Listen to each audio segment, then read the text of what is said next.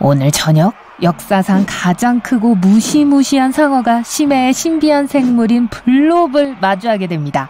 전장은 먼 바다가 되겠네요. 그러니 사람들에게 위협이 되지는 않아요. 하지만 만약 메갈로돈이 진다면 전 인류의 생명이 위험에 빠지겠죠. 하지만 먼저 우리 적을 더 자세히 알아보죠. 메갈로돈은 고대의 해양 포식자예요. 수백만 년 동안 해양 생물을 먹이로 삼았던 거대한 상어죠. 메갈로돈을 대적한 생물은 없었어요. 먹이 사슬의 최상위 포식자였죠. 지금의 해양 생물들은 자신들이 얼마나 운이 좋은지 알지 못해요. 왜냐하면 이 포식자는 300만 년 전에 멸종했거든요. 비록 메갈로돈이 정말로 지구상에서 사라졌다는 걸 우리가 확신할 길은 없지만요. 고작 해양의 5% 정도 탐사가 됐을 뿐이니 이들이 바다 깊은 곳에서 아직도 해양 생물들을 위협하고 있을 가능성이 있다는 거죠. 오늘 이 무시무시한 상어가 자신의 맞수와 싸우게 됐어요. 바로 블롭이죠. 기술적으로 이건 오직 소리의 이름일 뿐이에요. 해양학자들이 1997년에 녹음한 소리예요. 이 소리를 내는 해양 생물은 크라켄이라고 불리는 바다 괴물일 수 있어요. 이 괴물이 어떻게 생겼는지는 아무도 몰라요. 크기도 오직 짐작만 할 뿐이고요. 이 초저주파 블롭은 너무 강력해서 4,800km 밖에서 특수한 장치로 들을 수 있어요. 만약 여러분이 뉴욕에 있다면 로스앤젤레스에서 나는 소리를 들을 수 있다는 거죠. 하지만 이건 가청력이 훨씬 떨어지는 심해에서 나오는 소리예요. 이런 소리를 낼 수 있는 생물은 살아있는 생물 중 가장 큰 흰수염고래보다 몇 배나 더 클 거예요. 흥미로운 건 이 소리가 지구에서 가장 외딴 곳인 포인트 니모에서 난다는 거예요. 이곳은 세계의 가장 가까운 섬의 해안으로부터 1,500km 정도 떨어져 있어요. 이곳은 지구상에서 가장 연구가 안 된 곳이기도 해요. 포인트 니모는 육지에서 거리가 멀기 때문에 많은 회사들이 우주 쓰레기를 버리는 곳으로 사용하고 있어요. 매년 인공위성이 이곳으로 떨어지죠. 하지만 최악은 가상의 고대 도시인 르리에의 좌표가 포인트 니모 근처에 있다는 거예요. 그 도시는 작가 H.P. 러브크래프트의 책에 묘사되어 있어요. 르리에의 유적 가운데 괴물 크툴루가 누워있고요. 네, 보이는 거랑 많이 다른데요. 저도요. 이봐요, 크툴루. 모음 좀 살래요? 마치 고양이가 키보드를 가로질러 걸어가다가 만들어진 이름 같네요. 이것은 완전히 허구의 생물이지만 많은 사람들은 그것이 블롭의 근원이라고 생각해요. 크툴루는 반신반수이기 때문에 메갈로돈이 이길 가능성은 희박해요. 크툴루는 팔과 다리, 날개, 그리고 수십 개의 긴 촉수를 가진 거대한 문어 혹은 조개를 닮은 머리를 가지고 있어요. 크툴루의 크기를 재는 건 불가능하지만 작가와 그림의 기록을 믿는다면 그 높이가 최대 90m에 달한다고 해요. 메갈로돈은 길이가 약 20m로 크툴루보다 5배 더 작아요. 지하철 한 량보다 약간 작은 크기죠. 오, 괴물 상어에게는 좋은 점심거리네요. 상어의 무게는 100톤 정도이며 탱크 2개의 무게와 같아요. 크툴루의 무게 역시 알 수 없지만 탱크 2대를 손으로 쉽게 거뜬히 들어올릴 수 있을 정도라고 장담할 수 있겠죠. 하지만 크툴루는 크기와 모양을 마음대로 바꿀 수 있어요. 그러니 그 크기는 사람 크기에서부터 대륙 크기까지 무엇이든 될 수 있죠. 또 크툴루는 원하는 만큼의 팔다리를 도단하게 할 수 있어요. 하지만 환상에 너무 깊이 빠져들지 말자고요. 그러면 메갈로돈은 이길 가망이 없으니까요. 예를 들어 크툴루의 크기가 일정하다고 가정해보죠. 일단 크기 면에서 메갈로돈은 상대에게 졌어요. 크툴루는 100만 년 이상 된 고대의 현명한 존재예요. 은밀한 지혜와 텔레파시를 가지고 있죠. 메갈로돈은 주로 본능을 따르는 고대 동물이고요. 모든 경기의 주요 장점 중 하나는 지능이죠. 그래서 크툴루는 거대한 상어를 상대로 다시 승리합니다.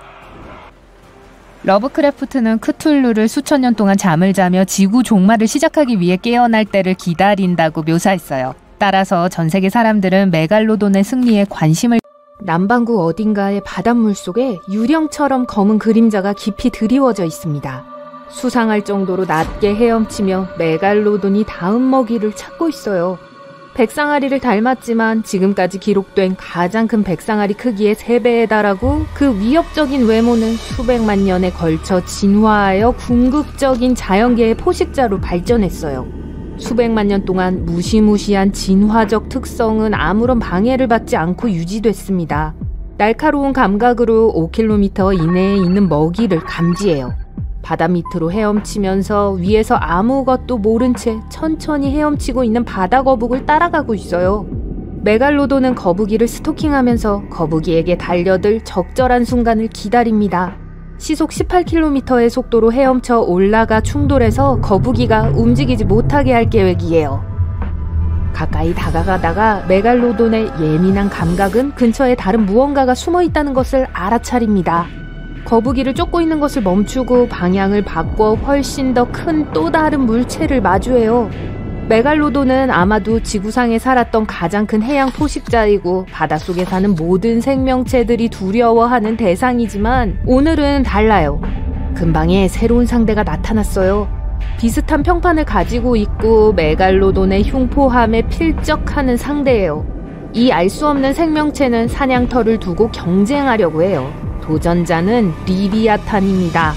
바다거북이 이 순간을 가능한 한 빨리 도망갈 기회로 삼는 동안 이 두 최고의 포식자들은 누가 바다 최고의 왕으로 군림할지 결정할 준비를 하면서 멀리서 서로를 평가하고 있어요.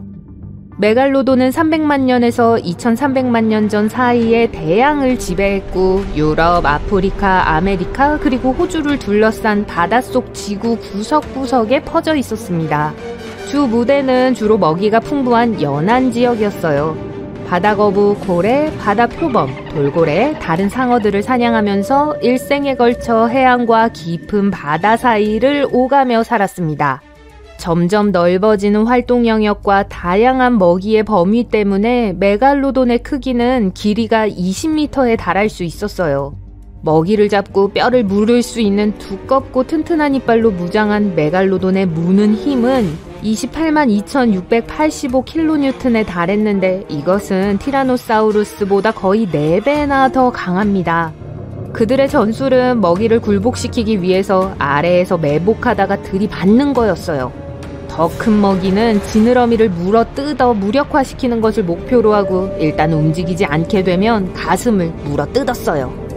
턱에는 약 276개의 무서운 톱니 모양의 이빨이 있고 길이는 17cm에 옆면은 들쭉날쭉했어요. 메갈로돈의 경쟁자인 리비아탄은 길이가 30cm에 달하는 다양한 크기의 이빨 22개를 가지고 있습니다. 모두 목표물을 관통할 수 있어요. 엄니를 제외하고 비교했을 때 이것은 현존한 동물의 이빨 중 가장 큰 것들이었어요. 비록 리비아탄이 전체 크기 면에서는 메갈로돈 수준에 도달하지 못했지만 그 길이는 17.5m까지 크게 자랄 수 있었기 때문에 그에 못지않게 인상적이었어요. 주로 남반구 안에 살았고 900만 년에서 1000만 년 전 짧은 기간 동안만 존재했습니다. 비록 메갈로돈과 비슷한 먹이를 사냥했지만 다른 사냥 전략을 가지고 있었어요. 먹잇감을 쫓아가서 지칠 정도로 피곤하게 만든 다음 머리로 받고 물어 뜯는 방식으로 끝을 냈죠. 또한 무기면에서 더 적응력이 있어요. 훨씬 더 큰 뇌가 있었거든요. 온혈 포유류로서 지능이 뛰어나고 중요한 순간에 전술을 바꿀 수 있는 능력으로 더 빠른 사고가 가능했어요. 메갈로돈은 순전히 본능에 따라 움직였어요. 그리고 지난 수백만 년 동안 지속적으로 효과가 있었죠. 하지만 이번에도 효과가 있을까요? 비록 이 두 거인이 존재하면서 바다를 누비던 시대 사이에는 수백만 년의 차이가 있지만 둘은 역사상 짧은 시간에 공존했어요. 서로의 영역이 겹칠 때 둘은 지구상에서 일어난 가장 서사적인 충돌을 일으켰어요. 이 메갈로돈의 영토는 한 번도 위협받은 적이 없었어요. 지금까지는요. 리비아탄은 훨씬 더 큰 메갈로돈을 관찰하면서 접근합니다. 리비아탄은 먼저 공격하기를 꺼려요. 왜냐하면 보통 이전에 마주친 것들은 즉시 탈출하려고 시도해서 추적이 시작되기 때문이죠. 하지만 메갈로돈은 절대 도망가지 않습니다. 메갈로돈의 본능은 지나치게 자신만만한 행동을 하게 만들고 예상대로 먼저 선제 공격을 해요. 리비아탄을 들이받는 것을 목표로 물속을 미끄러지듯 전속력으로 헤엄칩니다.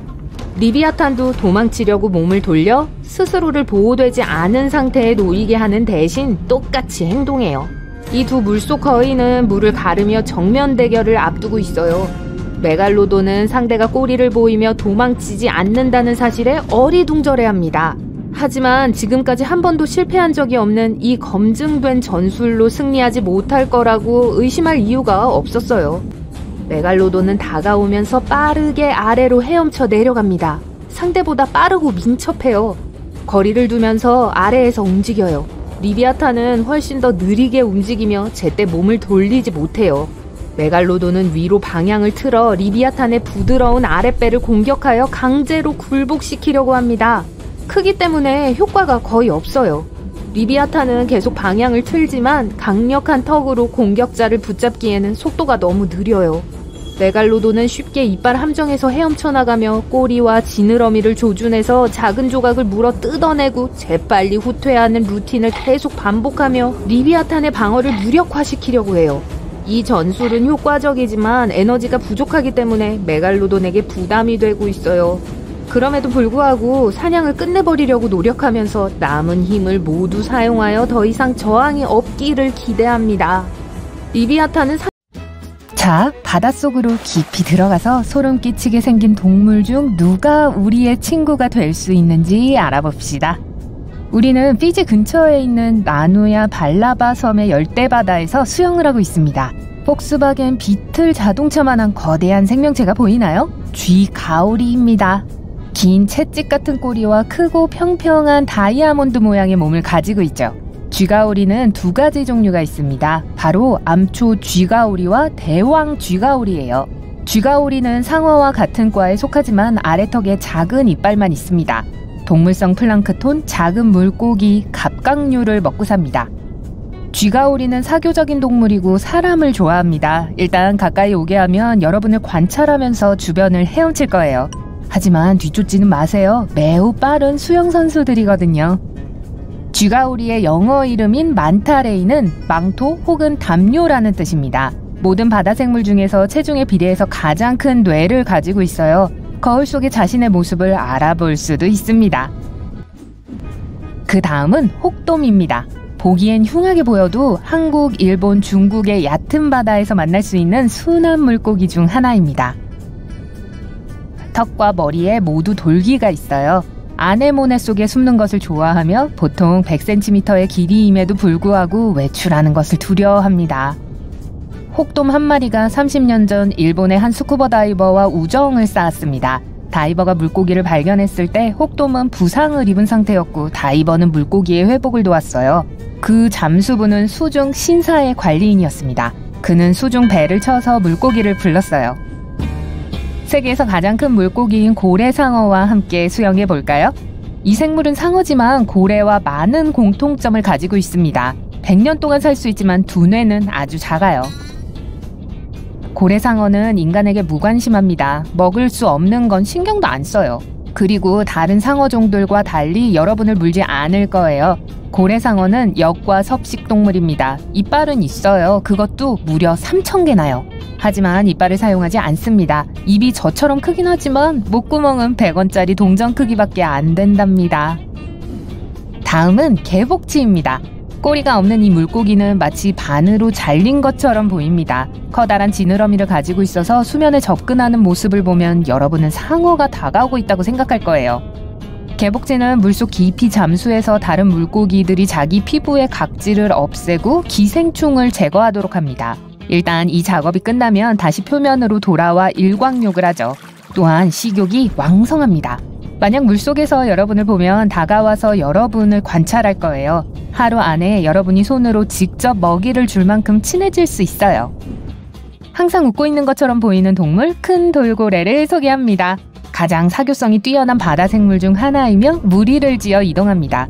큰 돌고래는 놀이를 좋아하고 사냥하고 새끼를 기르고 공동체에서 서로 돕기를 좋아합니다. 큰 돌고래는 시속 30km에 이르는 뛰어난 수영선수입니다. 보통 수면 위로 올라와 머리에 있는 숨구멍으로 공기를 마십니다. 큰 돌고래는 의사소통에 뛰어나고 서로에게 메시지를 보냅니다. 반향 위치 측정을 사용해서 방향을 탐색하고 먹이를 찾아요. 사람들을 만나면 매우 호의적입니다. 너무 경계심을 늦추기 때문에 오히려 상어와 같은 다른 바다 생물에게 약점을 보이게 됩니다. 태평양 연안으로 향하면 귀신고래를 만나게 될 거예요. 귀신고래는 피부가 기생충과 기타 유기체들로 덮여 있어서 주둥이가 마치 거친 바위 조각처럼 보입니다. 먼저 귀신고래에게 잘 보이도록 하세요. 귀신고래는 새끼들이 위험에 처했다고 느끼면 큰 보트, 배, 선박을 공격하기도 합니다. 그래도 일반적으로는 순에서 노를 저으면서 카약을 타는 사람들을 봐도 신경 쓰지 않습니다. 어떤 경우에는 작은 보트에 접근하여 사람이 만질 수 있게 허락하기도 하죠. 하지만 법으로 거리를 두도록 되어 있습니다. 귀신고래는 원한다면 더 가까이 접근할 거예요. 그리고 위협을 느끼면 공격적으로 행동할 겁니다. 머리에 연장을 달고 있는 물고기를 소개합니다. 귀상어예요. 귀상어의 두개골은 사냥에 도움이 됩니다. 눈은 망치 모양 머리 바깥쪽 가장자리에 달려 있어서 360도 수직 시야를 제공합니다. 하지만 코 앞이 사각지대죠. 귀상어의 머리는 금속 탐지기와 같습니다. 상어가 원하는 건 대부분 모래 표면 아래에 있습니다. 그래서 머리를 모래에 살짝 담가서 그 아래에 있는 것을 쓸어 올립니다. 귀상어는 해안선 부근과 근해의 열대 바다에서 볼 수 있습니다. 보통 무리를 지어 움직여요. 인간과 다이버에게는 대부분 무해하지만 공격적으로 변한 사례가 있었습니다. 하지만 공격을 하기 전에 충분히 경고 신호를 보낼 거예요. 그리고 다이버들은 그에 대처하는 방법을 알고 있습니다. 좀 더 작은 동물을 소개할게요. 바다사자입니다. 바다사자는 좀 까다롭습니다. 장난기가 많고 공격적이고 오만하고 똑똑하고 무엇보다도 호기심이 많습니다. 바다사자는 물속에서 숨을 쉴 수는 없지만 거의 300m 깊이까지 잠수할 수 있고 오랫동안 숨을 참을 수 있습니다. 코를 통해 공기를 들이마시고 일단 물에 머리를 담그면 콧구멍이 닫힙니다. 만약 바다사자가 해변에서 사람들을 발견한다면 멀리 떨어져서 사람들이 떠나기를 기다릴 거예요. 야생 바다사자는 누구에게도 우호적이 아닌데 특히 위협을 느낄 경우 그렇습니다. 접근 가능한 바다사자는 우리 안에 갇혀 훈련을 받은 것입니다. 다음은 벨루가 고래입니다. 흰색의 둥근 머리가 있고 아마도 우리가 만날 수 있는 가장 사교적이고 시끄러운 동물일 거예요. 위쪽을 향한 입 때문에 마치 웃고 있는 것처럼 보입니다. 벨루가 고래는 태어났을 때 어두운 회색입니다. 스톤피쉬. 스톤피쉬는 미인 대회 우승은 못할 거예요. 이 미인 대회가 누가 제일 돌을 닮았는지 뽑는 게 아니라면요. 반사되지 않는 작은 눈과 거친 피부는 환경과 완벽하게 조화를 이뤄요. 큰 머리, 더 큰 입, 그리고 돌이 한가득이에요. 해변에 있다고 해서 여러분이 안전한 건 아니에요. 스톤피쉬는 물 밖에서 24시간 동안 생존할 수 있어요. 한번 밟거나 심지어 한번 만지는 것도 그리 재밌지는 않을 거예요. 이 등지느러미에는 매우 강한 독이 있어요. 이건 밟힐 때 튀어나오고 마비가 오거나 심지어 심부전을 일으킬 수 있어요. 도움이 급히 필요할 거예요. 이것들이 물속 또는 어느 곳에서나 가장 위험한 생물들 중 하나인 게 놀랄 일이 아니네요. 바위가 많은 지역을 돌아다닐 때 조심하세요. 숨바꼭질 하는 걸 좋아하거든요. 심해 드래곤피쉬. 만약 바다에서 가장 흉측한 물고기 상이 있다면 심해 드래곤피쉬가 우승할 거예요. 끈적거리는 비늘이 없는 피부, 거대한 치아, 그리고 엄마만이 사랑할 수 있는 얼굴을 가진 이 바다의 나쁜 녀석은 얽혀서 좋을 게 없어요. 가장 어둡고 추운 바다 표면 아래 213m와 1829m 사이에서 수영하는 걸 좋아하죠. 이 목록에 있는 다른 생물들과 함께 심해 드래곤피쉬는 먹이를 잡기 위해 생물 발광하는 신체 부위에 의존해요. 또 아래턱에서 나오는 끝에 붉은 빛이 나는 매달린 부속기관을 사용해요. 많은 물고기들이 이 작은 빛을 먹이로 착각해서 심해 드래곤피쉬의 턱으로 유인되죠. 아주 똑똑해요. 드래곤피쉬 진짜 똑똑해요. 송곳니 물고기. 마리아나 해구는 수심 1668m 깊이의 해구예요. 바다 표면에서 거의 11km 아래에 있죠. 이걸 염두에 두세요. 과학자들은 마리아나 해구가 존재한다는 걸 알고는 있지만 이곳은 지구상에서 가장 탐험이 덜 된 곳 중 하나예요. 또 지구 해양의 가장 깊은 지역이기도 하죠.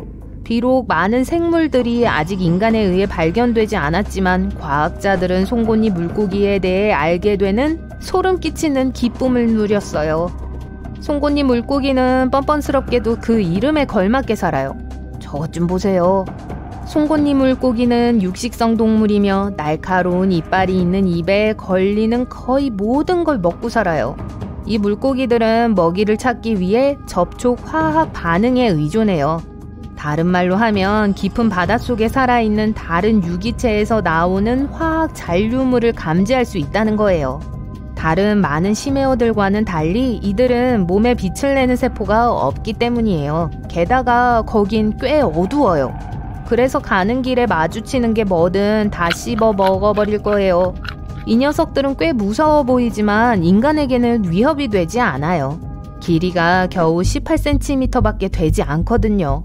그렇다고 해도 전 바다에서 느긋하게 수영하는 동안 이런 것들과는 마주치고 싶진 않을 거예요.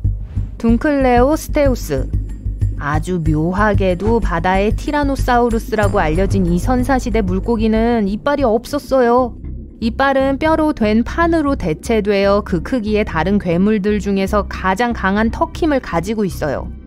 마귀상어. 만약 상어에 관한 영화가 무섭다고 생각했다면 이 다음 심해 생물은 2번 다시 바다에 수영하러 가지 않는다고 맹세하게 만들 거예요. 하지만 914m의 물속에 살기 때문에 직접 보지는 못할 거예요. 마귀상어는 여러분의 최악의 악몽에서 나온 생물과 상어가 섞인 것처럼 보여요. 이 상어들은 검처럼 튀어나온 주둥이와 그에 걸맞은 튀어나오는 턱을 자랑해요. 회색빛이 더 많은 다른 상어들과는 달리 이 소름 끼치는 녀석은 분홍색인데도 그다지 예뻐 보이지 않아요.